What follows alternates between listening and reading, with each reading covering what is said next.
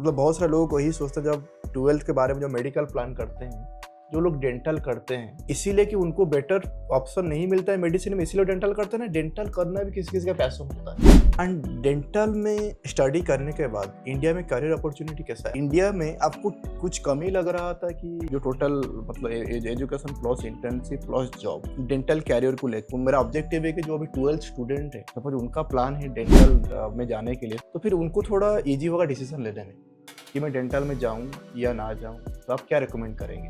Bachelors करने के बाद आप जो सोचे कि मुझे मास्टर्स अब्रॉड जाना है, तो ये जो आइडिया आपको कब आया by this university?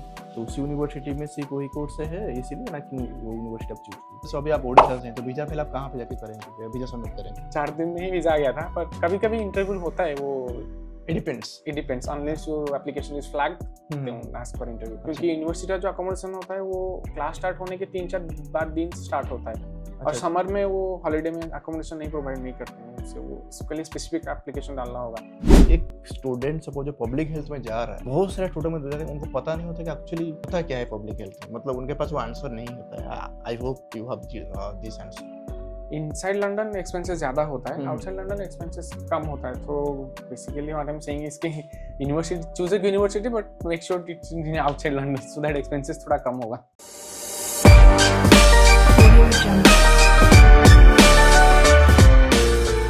Hello friends, so welcome to Alumni Podcast. So today we have a special guest, Dr. Suvendu.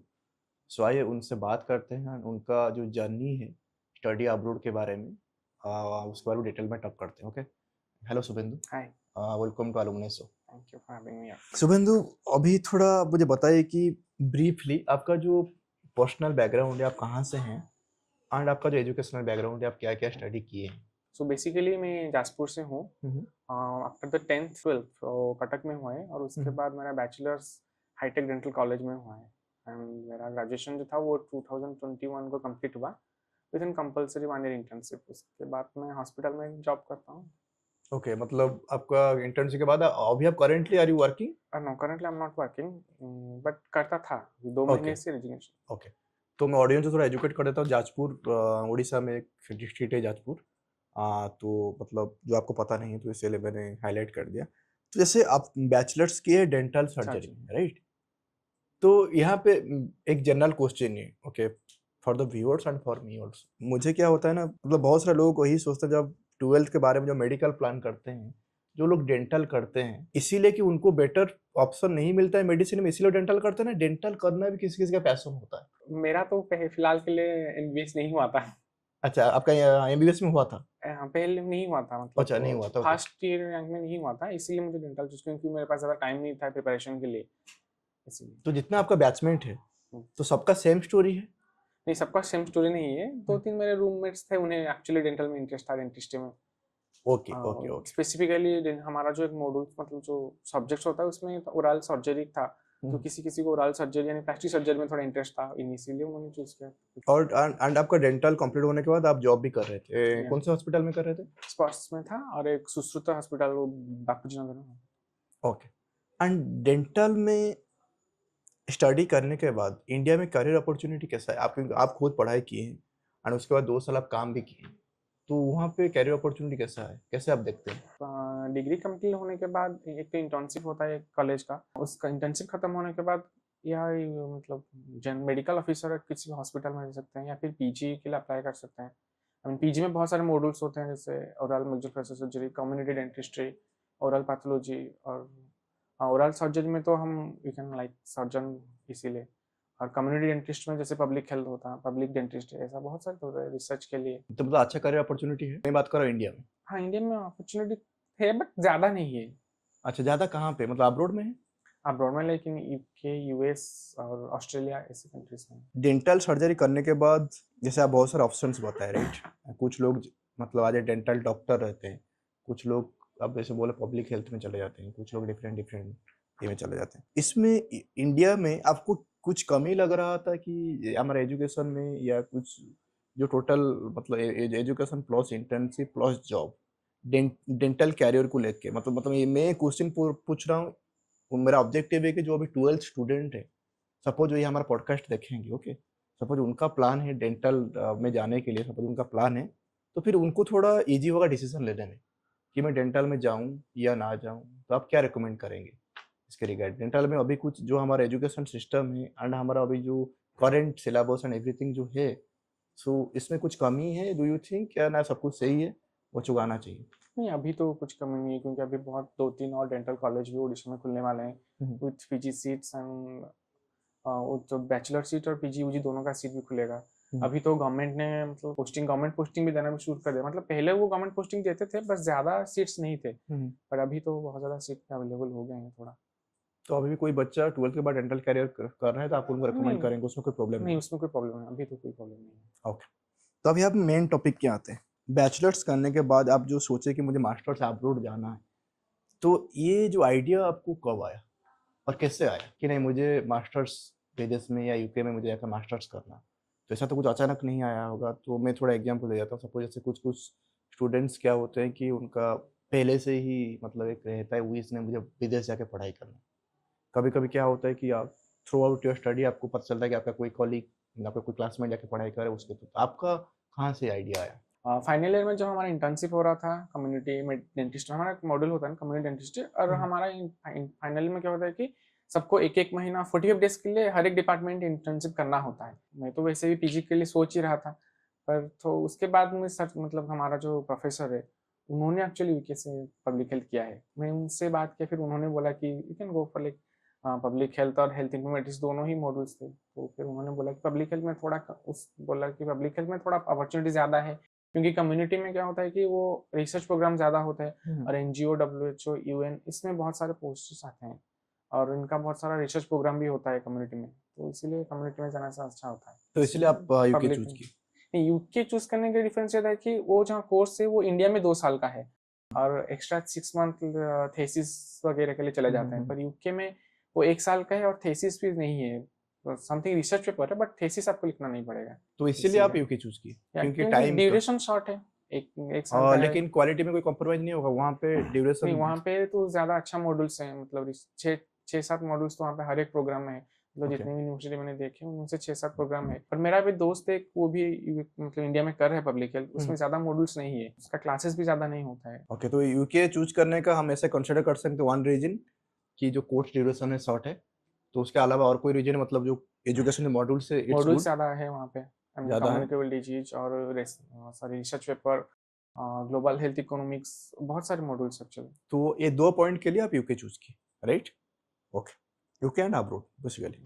ना ना आप भी और कुछ रिसर्च किए थे, नहीं मुझे यूके के छोड़ के ऑस्ट्रेलिया जा सकता हूँ, यूएसए जा सकता, ऐसा कुछ रिसर्च किए थे ना, आप शुरू से ही यूएस, इंक्लाइंड थे? यूएस, कनाडा, ये तो तीनों ही थे। हुँ, यूएस तो बहुत ज़्यादा एक्सपेंसिव हो रहा है अभी भी, और ओके। वीज़ा मिलने भी बहुत मुश्किल हो रहा है।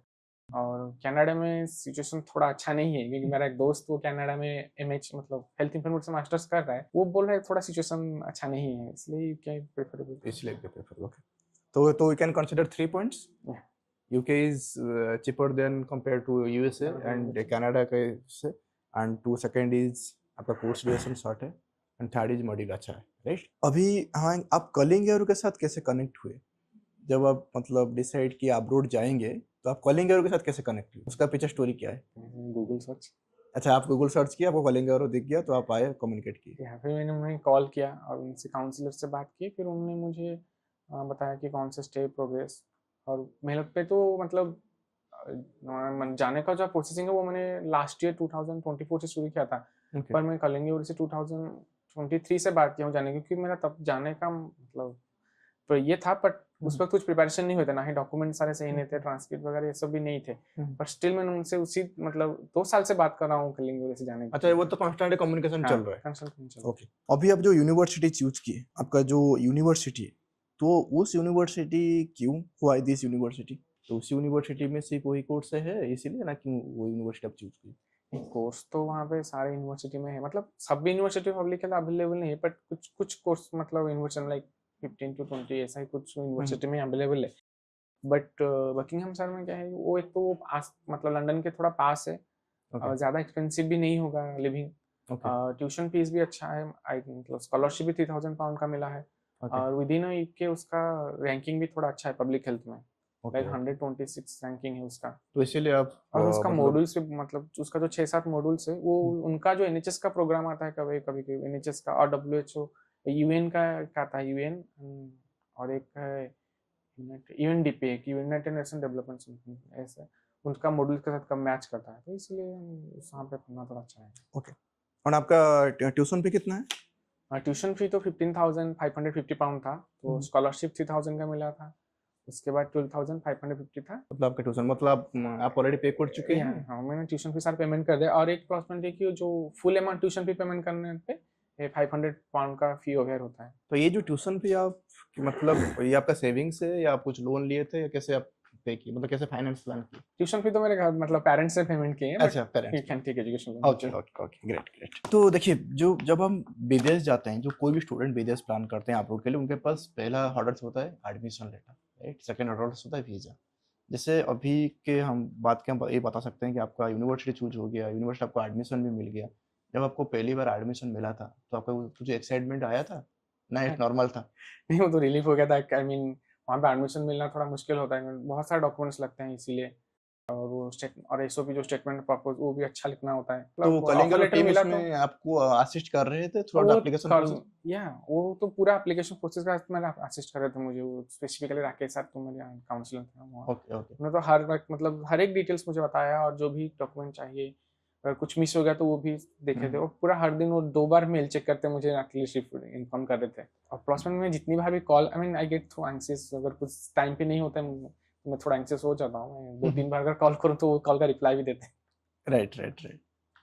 तो उसके बाद जैसे वीजा प्रोसेस तो यूके का वीजा प्रोसेस के बारे में थोड़ा आप हमारा मतलब ऑडियंस को एजुकेट करेंगे। यूके का वीजा प्रोसेस बेसिकली तो कॉलेज का मतलब जब आपका एडमिशन हो जाए और एक क्रेडिबिलिटी इंटरव्यू होता है मतलब कभी कभी कोई कोई यूनिवर्सिटी में होता है कोई कोई यूनिवर्सिटी में नहीं भी होता है तो इंटरव्यू क्लियर करने के बाद वो आपको एक कैश मतलब confirmation of acceptance for studies वो एक डॉक्यूमेंट प्रोवाइड करते हैं उसमें आपका सारा जितनी भी फीस आपने पे किया है आपका जो मतलब जो भी डॉक्यूमेंट्स आपने पेमेंट प्रोवाइड किया है एडमिशन के प्रोसेस में आपका आइल्स का स्कोर आपका मतलब डिग्री का लेवल सब लिखा होता है तो वो डॉक्यूमेंट मिलने के बाद और आपका 20 डेज मैच्योर फंड जो वीजा के लिए चाहिए होता है जैसे इनसाइड लंदन अराउंड 10,224 पाउंड्स और outside London something around 14,000 pounds चाहिए होता है वो बैंक स्टेटमेंट देने के बाद जो आपको वो सब कुछ लेके डॉक्यूमेंट्स जो चाहिए 28 डेज मैच्योर फंड आपका एकेडमिक ट्रांसक्रिप्ट आपका आइल्स का स्कोर और CAS letter university offer letter जो भी है उसे सब लेके वो वीजा फाइल करना होता है फिर उसके बाद आपको जब जैसे हमारा जैसे अभी आप ओडिशा से हैं तो वीजा पहले आप कहाँ पे जाके करेंगे वीजा सबमिट करेंगे वीजा एप्लीकेशन? वीजा एप्लीकेशन आपको वीएपीएस में करना होगा जो कि उड़ीसा के नियरेस्ट तो कोलकाता में ही है। कोलकाता में ओके। तो कोलकाता में यूके का कॉन्सुलेट होगा? हाँ कोलकाता में जो वीएपीएस है वहाँ पे यूके उसका वो ब्रिटिश डेप्यूटी हाई कमीशन है एक्चुअली वहाँ पे यूके कॉन्सुलेट है। तो इनका जो प्रोसेस है आप जैसे आप वीएपीएस जाके एप्लीकेशन सबमिट कर दिया राइट तो उसके बाद कुछ इंटरव्यू होता है वीजा इंटरव्यू होता है ना ऐसे डायरेक्ट वीजा दे देते हैं क्या मतलब आपके साथ क्या हुआ था? मेरे लिए तो कोई इंटरव्यू नहीं आया मतलब मेरा वीएपीएस का बायोमेट्रिक डेट था 8th को फिर 9th और 10th दोनों को छुट्टी था क्योंकि सैटरडे संडे उनका तो वीएपीएस बंद रहता है और मेरा 14th को वीजा आ गया था। मतलब आपका वीजा 3 दिन में आ गया? ऐसे मान के चलेंगे 4 दिन में ही वीजा आ गया था पर कभी कभी इंटरव्यू होता है वो it depends unless your application is flagged ask for interview. तो जैसे अभी जो वीएपीएस में जो अपॉइंटमेंट का जो प्रोसेस सारा प्रोसेस कलिंग है चेक मतलब हाँ, सारा प्रोसेस कलिंग है तो उन्होंने सब कुछ डॉक्यूमेंट रेडी करके असिस्ट कर रहे थे तो इसका मतलब आप वीजा फाइल आज मतलब आप फ्राइडे में सबमिट किए तो Monday you got the visa 3 दिन में? 3 दिन में बहुत कम स्टूडेंट का वीजा आता है वीजा कभी कभी स्टूडेंट का क्योंकि हम प्रोसेस करते हैं पता है कि मेरा बहुत सारे दोस्त भी जाएंगे किसी किसी का 1 महीना लग जाता है किसी किसी का 1.5 महीना फाइल भी रहता है तो इसका मतलब आपका डॉक्यूमेंट में भी सही तरीके से हुआ होगा सो इसीलिए शायद आपका वो जो आपके जो काउंसलर वीजा के शिवांशा था उन्होंने पूरा प्रॉपर एक डॉक्यूमेंटेशन लिस्ट भेजा था जो जो डॉक्यूमेंट चाहिए और कैसे कैसे सबमिट करना है पूरा सब कुछ अगर ठीक होगा तो 4-5 दिन में वीजा आ जाता है विदाउट एन इंटरव्यू। और आपका क्लासेस कब से स्टार्ट हो रहा है? सितंबर 25 को मेरा क्लासेस स्टार्ट 25 को। तो अभी प्लान क्या है? जाने के लिए जो भी सामान चाहिए वो सब पैक करना है और मेरा 3 सितंबर को तो फ्लाइट है यूके का। तो आप ये पहली बार अब्रॉड फ्लाई कर रहे हैं? या मतलब पहले कभी फ्लाई नहीं किए अकेले? नहीं पहले कभी अकेले फ्लाई नहीं किया हूँ। तो ऐसा कुछ डर लग रहा है या एक्साइटमेंट है? थोड़ा डर और थोड़ा एक्साइटमेंट लग रहा है कि वहाँ जाके क्या मतलब वो एक नया पूरा का पूरा कंट्री ही डिफरेंट है तो आपका यूनिवर्सिटी आपको असिस्ट कर रहा है वहाँ पे अकोमोडेशन में हेल्प करने के लिए, अकोमोडेशन फाइंड आउट हाँ, करने के लिए? यूनिवर्सिटी की तरफ से अकोमोडेशन तो मिल जाता है कभी-कभी, पर मैं कलिंग मतलब आपके साथ से भी कलिंगुरु से भी थोड़ा हेल्प ले रहा हूँ अकोमोडेशन के लिए। अच्छा, क्योंकि यूनिवर्सिटी का जो अकोमोडेशन होता है वो क्लास स्टार्ट होने के 3-4 बाद दिन से स्टार्ट होता है। और अच्छा, अच्छा। समर में वो हॉलिडे में अकोमोडेशन नहीं प्रोवाइड नहीं करते हैं, उनसे वो उसके लिए स्पेसिफिक एप्लीकेशन डालना होगा। तो फॉर दैट मतलब अभी जाके वहाँ आपको यूनिवर्सिटी का अकोमोडेशन मिलने तक तो जो अकोमोडेशन चाहिए उसके लिए तो आपसे ही हेल्प लेना है। ओके, तो जैसे अभी आप अकाउंट फाइनलाइज़ किए नहीं किए, लाइक इट्स अंडर प्रोसेस? इस साउंड प्रोसेस। कोई दिक्कत नहीं, मैं आपको वहाँ पे कम्युनिटी है, रेट है हमारा जो वहाँ पे वो, जैसे आप ओडिशा से हैं, यूके में, लंदन में हमारा एक ओडिया बहुत स्ट्रॉन्ग कम्युनिटी है। तो उनके कम्युनिटी के साथ आपको मैं कनेक्ट करवा दूँगा, तो वो आपको अकोमोडेशन के लिए हेल्प भी कर सकते हैं। वहाँ पे बहुत सारे ओडिया हैं, तो उसका कुछ नाम है, ग्रुप का नाम मुझे पता नहीं, ओएसएम समथिंग ऐसा कुछ ग्रुप है। जो भी है मैं आपको कनेक्ट करवा दूँगा, एक बार उनका जो एडमिन वगैरह है, आप उनसे बात कीजिए, तो वो आपको डेफिनेटली हेल्प करेंगे रिगार्डिंग दिस। कि अभी तो main topic is public health में, एक्चुअली सपोज़ आप पब्लिक हेल्थ में मास्टर्स करने के बाद आपका जॉब रोल क्या होगा? इसके बारे में कुछ आइडिया है? पब्लिक हेल्थ में मास्टर्स करने के बाद मतलब इन इंडिया और इन यूके। मतलब आपका प्लान क्या है? आप बाहर काम करना चाहते हैं या आप इंडिया में काम करना चाहते हैं? आपका प्लान क्या है? और प्लान तो मीनवाइल प्लान है आपका कि मतलब मास्टर्स के बाद वहाँ 2-3 साल काम करके फिर वापस इंडिया आना है। ओके, लेकिन आपका जो जॉब होगा, जैसे एग्ज़ाम्पल, जैसे डेंटल सर्जरी में आप डेंटिस्ट या सर्जन मतलब हो सकता डेंटिस्ट है। का जो टीथ का प्रॉब्लम होता है, हम उसको सॉल्व करते हैं एज़ अ डॉक्टर, राइट? तो एक स्टूडेंट सपोज़ जो पब्लिक हेल्थ में जा रहा है, बहुत सारे स्टूडेंट में जाते हैं, उनको पता नहीं होता कि एक्चुअली होता क्या है पब्लिक हेल्थ में? मतलब उनके पास वो आंसर नहीं होता है। आई hope you have this answer. Public health में वो तो डिफरेंट डिफरेंट मॉड्यूल्स रहता है, हुँ, डिफरेंट डिफरेंट उसके बेसिस पे वो सारा मतलब जो एपिडेमियोलॉजिस्ट होते हैं हुँ, उन वो मतलब देखते हैं कि कौन से डिजीज के लिए कौन क्या हो रहा है, मतलब ये स्प्रेड कैसे हो रहा है और किसके थ्रू स्प्रेड हो रहा है, इसको कैसे रोक सकते हैं। बेसिकली एपिडेमियोलॉजिस्ट वो इसी पे प्रोग्रेस हुँ। मतलब ज़्यादा फोकस करता है। फिर उनका जो हेल्थ इकोनॉमिक्स होता है वो देखते हैं कि कॉस्ट इफेक्टिवनेस मतलब कितने कम खर्चे में हो, मतलब ज़्यादा खर्चा नहीं हो, मतलब हुँ, चीप में कितना हो सकता है। या फिर थोड़ा उनका ग्लोबल हेल्थ भी रहता है, वो पूरा जो वो स्पेसिफिकली जो डब्ल्यूएचओ में काम करते हैं उनको लिए वो ग्लोबल हेल्थ बहुत होता है। मतलब वो देखते हैं कि पूरा डिफरेंट कंट्री में उनका हेल्थ केयर सिस्टम कैसा है, वो कैसे चला रहे हैं हेल्थ केयर, वहाँ पे क्या क्या डिजीज़ है, मतलब जैसे कि इंडिया और कुछ एशियन कंट्री में टीबी बहुत है, मतलब अभी जो मतलब बाकी एक यूरोपियन कंट्री और यूके का नहीं, उनमें ज़्यादा नहीं है, कम्युनिकेबल डिजीज ज़्यादा नहीं है क्योंकि हुँ। उन्हें पता है वो कैसे रहते हैं, मतलब जो यूज़ करना हो मेडिसिन वगैरह ये सब टीबी को प्रिवेंट करने के लिए। पर इंडिया में लोग ज़्यादा मुझे तो नहीं पता था, मतलब जब तक मैंने मेडिसिन फर्स्ट थर्ड ईयर में जो मेडिसिन था उसकी इंटर्नशिप नहीं किया था तब तक मुझे पता भी नहीं था कि टीबी को मतलब प्रिवेंट करने के लिए टैबलेट भी उसे 1 महीने के लिए खाना भी होता है, 1 एचपी उसे कहते हैं। वो भी अच्छा। मुझे नहीं पता था और डिफरेंट वैक्सीन के बारे में भी नहीं पता था। सिर्फ जब वो कम्युनिटी का मतलब हमारा पोस्टिंग होता है, वहाँ पे कम्युनिटी मेडिसिन में पोस्टिंग होता है, उसके थ्रू ही पता चलता है कि कितने बहुत सारे डिजीज़ का तो भी वैक्सीन में निकल चुका है। तो वो सब कुछ पब्लिक हेल्थ वो के सब अंडर कुछ में? पब्लिक हेल्थ के अंडर में आता है, मीन वो वैक्सीन का कितना खर्चा मतलब सॉरी एक्सपेंसेस कितना आता है हुँ, हुँ। और किस किस एज ग्रुप को देना है और देने हुँ। के बाद उनका डाटा मतलब उनका कोई साइड इफेक्ट भी होता है या नहीं, ये सॉरी टू सब। Interrupt you. ये तो हो गया, जैसे कि सपोज़ जैसे आप बोले कि जो एपिडेमियोलॉजिस्ट होंगे, राइट? वो रिसर्च करेंगे इन्फेक्शन के, या वो लेकिन सर्वे वो तो करेंगे। पीएचडी में करेंगे ना? नहीं, पब्लिक हेल्थ के बाद मतलब मतलब मास्टर्स करने के बाद हाँ, जिसको जो रिसर्च में जाना होगा तो पीएचडी करेंगे? नहीं पीएचडी करेंगे बट वो जब मतलब जब मास्टर्स कंप्लीट होने के बाद जो भी जॉब करते हैं उनका हुँ। एक हर एक गवर्नमेंट की तरफ से एनजीओ होता है और गवर्नमेंट की तरफ से उनका बहुत सारे तो उनका प्रोग्राम जॉब आता है। रोल रहता है कि रिसर्च असिस्टेंट, इस तरह से या कुछ job role? Research junior research assistant या फिर कभी-कभी कोई-कोई पब्लिक हेल्थ का सीनियर रिसर्च असिस्टेंट होते हैं, कोई-कोई पीएचडी ना करके भी वो हो तो जाते हैं। वो कुछ स्पेसिफिक प्रोजेक्ट में काम हाँ, करते वो हैं? कुछ स्पेसिफिक प्रोजेक्ट में काम करते हैं। Okay, okay. जैसे कि सपोज़ हमारा यहाँ पे क्या होता है ना, नेशनल हेल्थ मिशन का कुछ प्रोजेक्ट एनएचएम होता का है। प्रोजेक्ट आता है कभी-कभी, हाँ। एनआरएचएम होता है या फिर आईसी इंडिया में तो आईसीएमआर रीजनल मेडिकल रिसर्च हुँ, सेंटर जो हुँ। है। और ऐसा हमारा दोस्त जो है वो एम्स में एक प्रोजेक्ट में अभी है। वो पूरा ऑल इंडिया प्रोजेक्ट में है एम्स में, junior okay, okay, okay. Researcher है अभी।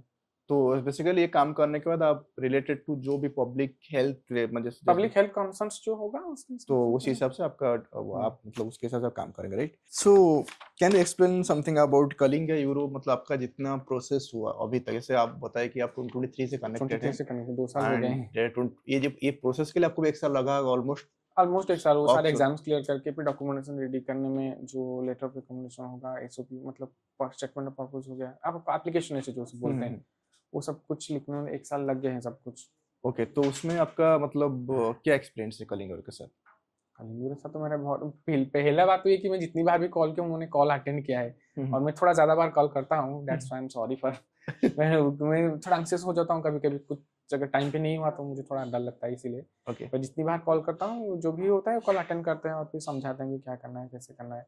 और पूरा एप्लीकेशन प्रोसेस से लेकर डॉक्यूमेंटेशन तक, इवन वीज़ा फाइल तक सब कुछ इन्होंने हेल्प किया है। विल यू रिकमेंड कलिंग एरो टू अदर स्टूडेंट्स? श्योर, अभी सब मतलब जो भी अगर बिना किसी टेंशन के जाना चाहते हैं तो प्लीज़ कलिंग से कनेक्ट करें और आपको कुछ करने की ज़रूरत नहीं है।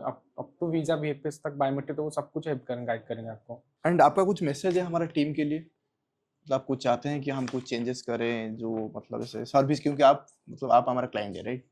आप सर्विसेज लिए, आपका कुछ मैसेज है हमारा टीम के लिए, कुछ कड़वा मैसेज? नहीं, कुछ नहीं किया, आपने बहुत हेल्प किया है। Okay okay okay okay, great. तो जैसे मैं आपको अभी 2 चीज़ बताऊँगा, ओके? फर्स्ट थिंग इज़ कि जो वीज़ा के टाइम जो स्ट्रेस रहता है, स्टूडेंट्स का जो वीज़ा आप अप्लाई करते हैं, जब आपका एडमिशन आ गया, राइट? एक वहाँ पे एक स्ट्रेस रहता है वीज़ा जब भी, क्योंकि मैंने जब भी अप्लाई किया था, मेरा भी थोड़ा बहुत स्ट्रेस था वहाँ पे। तो वो स्ट्रेस को आप मतलब वहाँ पे कलिंग एरो कुछ हेल्प किए थे, आपको काउंसलिंग किए थे कि don't take that much, you will get this visa, your documents is ready, ऐसा कुछ ट्रांसफर हुआ था या नहीं? राकेश सर को हर दिन कॉल करता हूँ कि सर आपने मेल चेक किया है, 2 बार इन्हें वो बार-बार मुझे, हाँ, मैंने 2 चेक किया है। 2 बार वो चेक करते थे मेल कि जो आया है कि डॉक्यूमेंट नहीं, मतलब उनके भी ऐसे कुछ रिस्पॉन्स आया कि नहीं। तो अगर कुछ होता तो जल्दी से जल्दी ही मुझे इन्फॉर्म करते थे। एंड बुकिंग से मैं जो आपका जो यूनिवर्सिटी है, राइट? जो अभी आप उनके साथ कुछ अलुमनी के साथ आप कनेक्टेड हैं, जो जो आप कोर्स किए हैं उनके साथ कुछ कनेक्टेड अभी है या कुछ अभी तो कनेक्ट? कनेक्ट है, पर उनकी तरफ से मेल आया है, मतलब एनरोलमेंट मेल और उनका, मेरा जो प्रोग्राम का हेड है, उनका मेल, पर्सनल मेल मतलब वो आया है, पर अभी तक मैं कनेक्ट नहीं हूँ फिलहाल के, और जाके ही कनेक्ट करना पड़ेगा। Okay. So now we are like end part of our podcast. अभी हम पूरा एंड पार्ट में ही हैं, हम ज़्यादा उसको खींचेंगे नहीं। तो एक any last message to our audience from your side? आपका कुछ मैसेज जो मतलब जो स्टूडेंट विदेश जाना चाहते हैं उनके लिए कुछ मैसेज या कुछ उनके साथ शेयर करना चाहेंगे, कुछ एडवाइस? हाँ, बस नहीं, अगर हाँ अगर पढ़ाई के लिए जाना चाहते हैं तो you should go for it, but पहले तो सब डॉक्यूमेंटेशन रेडी रखें, फिर उसके बाद एडमिशन अप्लाई करें, ताकि वो ऑफर मिलने में थोड़ा जल्दी हो जाएगा और वीज़ा के लिए भी थोड़ा इजी हो जाएगा। और एंड जो कॉन्सेप्ट यूके जाना चाहते हैं उनके लिए कितना बजट, मिनिमम कितना बजट प्लान करना चाहिए? जैसे आपका अभी ऑलमोस्ट हो गया 12 लाख हो गया आपका tuition fee, right? Almost, it's not exact but almost. तो लिविंग एक्सपेंसेस के लिए एक साल का कितना लिविंग आपका प्लान? एक्सपेंसेस, वो तो मतलब आपको वीज़ा के लिए तो दिखाना ही होगा 10,000 पाउंड, 10,200 पाउंड समथिंग, उसे भी पकड़ लीजिए 12 लाख 8,000 समथिंग हो जाएगा। पर लिविंग तो वहाँ पे आपके ऊपर डिपेंड करता है, मतलब आप कैसे रहेंगे उसके ऊपर लिविंग है। कभी अगर शेयरिंग में लेंगे तो रेंट भी कम पड़ेगा और एक्सपेंसेस भी थोड़े कम होंगे, पर इनसाइड लंदन एक्सपेंसेस ज़्यादा होता है, आउटसाइड लंदन एक्सपेंसेस कम होता है। तो basically what I am saying is कि university, choose a university but make sure it's in outside London so that expenses थोड़ा कम होगा। Thank you doctor Shubhendu. So I hope you enjoy this conversation. I hope because I also enjoyed this conversation.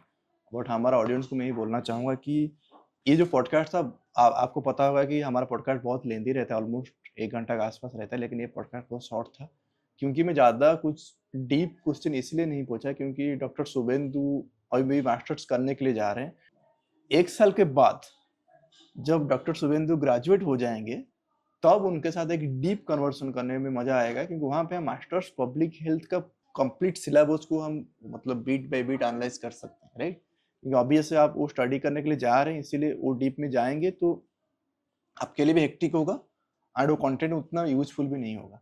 लेकिन ये अभी जो video हमारा है आपके लिए है, जैसे कि कोई डेंटल में अभी डेंटिस्ट है, क्योंकि बहुत सारे जो डेंटिस्ट होते हैं अगर वो चाहते हैं कि बाहर जाकर मतलब मास्टर्स करेंगे रिलेटेड टू वही डेंटल प्रोग्राम, नहीं तो पब्लिक हेल्थ में, नहीं तो कुछ हेल्थ मैनेजमेंट में भी, हेल्थ मैनेजमेंट या हेल्थ इन्फॉर्मेटिक्स, यहाँ दो तो तीन उसमें वो प्रोग्राम लोग है प्राइस जो जाते हैं। डेंटल से आता है। तो उसमें बहुत ज़्यादा अवेलेबल मतलब ज़्यादा बेनिफिट है जर्मनी, यूके, क्योंकि फॉरेन कंट्री में ज़्यादा है, तो इसीलिए मतलब doctor Subendra also like one example. तो I hope you enjoy this podcast. So if are watching till now, thank you. Hit the subscribe button and like button, and don't forget to share. Thank you, Subhendu. Ciao ciao.